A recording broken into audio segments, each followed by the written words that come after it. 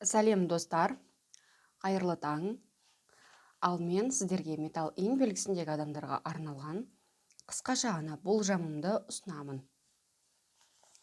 Жалпы бұл сәуір айы жалпы ағаштың элементімен ұлу келеді екен.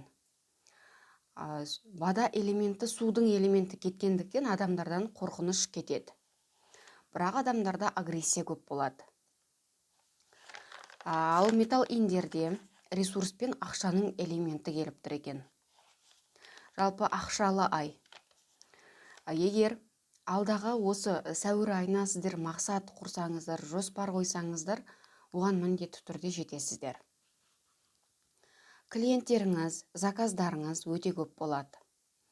Жаңадан білім алуға өте қолайлы. Жаңа білімді оңай игересіздер.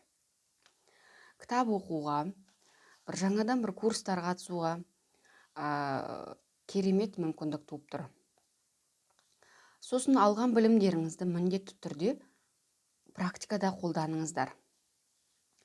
Денсаулықтарыңыз өте жақсы болады, бірақ аяқ қолдарыңызға сақ болыңыздар.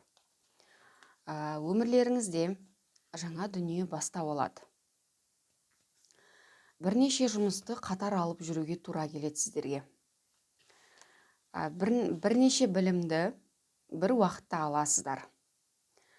Бірақ қай курсты оқысам болады, немесе қай заказды бірінші қабылдасам болады, немесе қай затты алсам деген сияқты көбірек ойланатын боласыздар.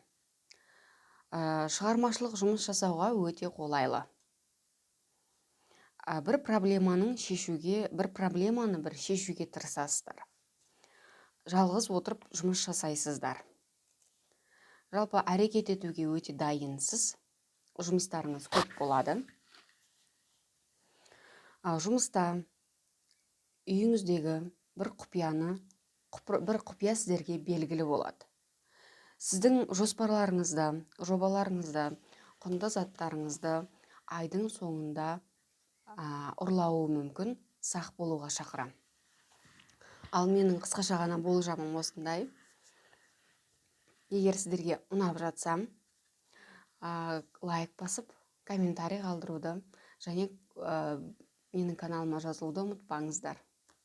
Сау болыңыздар.